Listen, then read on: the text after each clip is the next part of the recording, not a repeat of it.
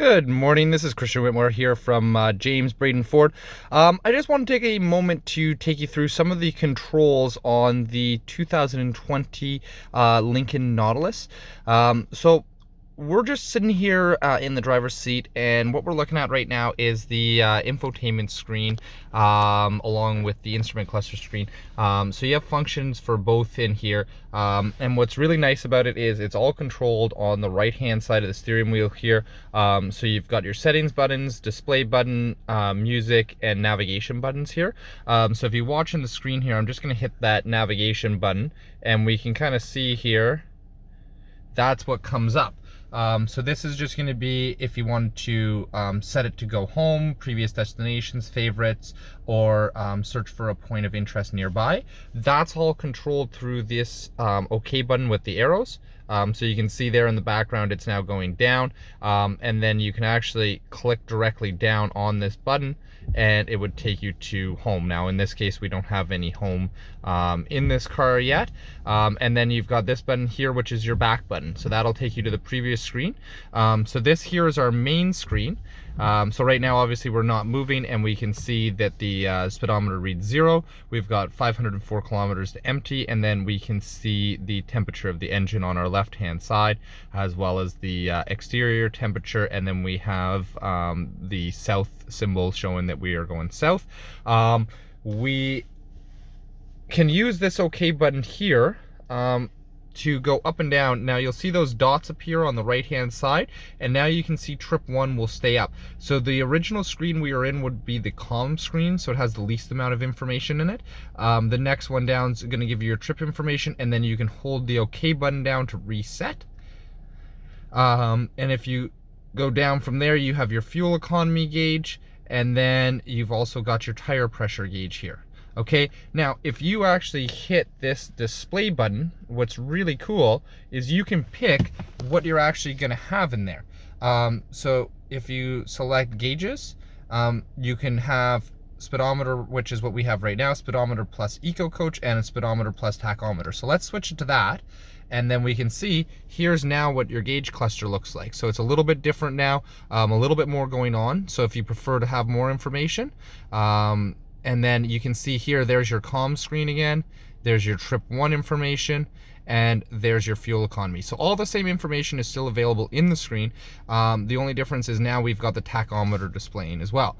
Going back into here, I can go back into my gauges, switch it back to where it was, and then we can also go back into here, and we can also choose trip fuel. So we've got trip 1, so the no content screen, if you can remember, that was the first one. Then we've got the trip 1 selected. We could also have a trip 2 selected. We've got the fuel economy selected, and you can also select extra stuff like eco behavior, auto stop start, so that'll just tell you whether or not that's active, your tire pressure gauges, and then your power distribution. So that's going to be telling you which wheel is getting the power, along with essentially works with the all-wheel drive system. So coming out of that screen, so that's just all your different functions for how to set up your display. And again, you've got your display setups in here, so your temperature gauges, tire pressure. All this is going to do is really choose which one, how you want to see it, miles per gallon, kilometer, liters per 100 kilometer. So all of that is in there. Again, it's very it's a full LCD screen, so you can essentially adjust it whatever way you want, depending on how much or how little information you want in here. Now the next cool thing is this settings button here.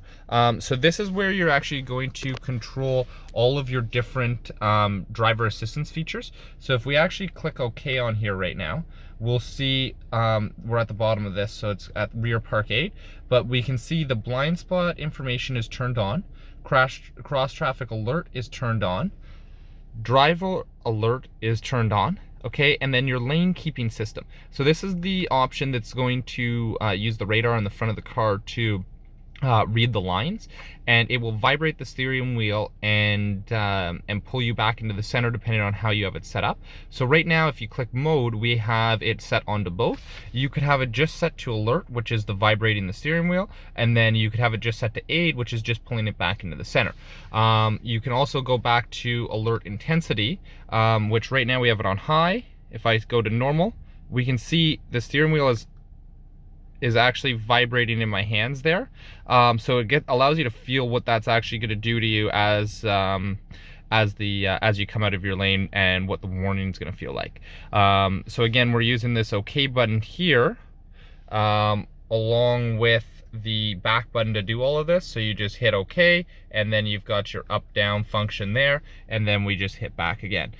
So that's your lane keeping system. Now, if as you're driving along, you'll actually want to notice that on the blinker stalk here, there is a little image right here. That is your lane keeping system, and then that coincides with this little button right here. So if you hit that button, you'll actually see in the screen, it'll tell you lane keeping system on. And then if we go back out of here and we look here now, you can see now we have that little image of the road appearing in our speedometer. So that goes away as soon as I turn the lane keeping system on. Once the lane keeping system is active and you're driving, that'll light up green, telling you that the car can read the lines on the road. Now going back into those settings in here again, we can actually go and choose other driver assistance features such as pre-collision. So right now in this vehicle, it is turned on. Pre-collision is essentially reading what's going on in front of you, and it will hit the brakes for you if you haven't braked and the vehicle in front of you is slowing down or it detects a pedestrian. The first thing it does is pre-charges the brakes and gives you a loud audible. Hopefully at that point you hit the brakes and realize what's going on in front of you. And then we do have that music button as well down here, so we can select our station. So there we have our AM, FM, Sirius satellite. If I had Bluetooth connected in here, that would come up as well. So what this really does is it makes the whole system completely hands-free for the driver. Essentially, you don't have to take your hands off the wheel. Anything that you can do over in this screen here, you can essentially do in here. The only thing that you're actually going to need to do over here is your climate controls. There is no controls for those in the infotainment screen. So you've got your physical buttons right here, and then obviously you've got all of that in the screen as well. If you have any more questions or anything like that, don't hesitate to contact me. Again, my name's Christian Whitmore, and you can always reach out to me on my cell at 613-770-0133. Thank you.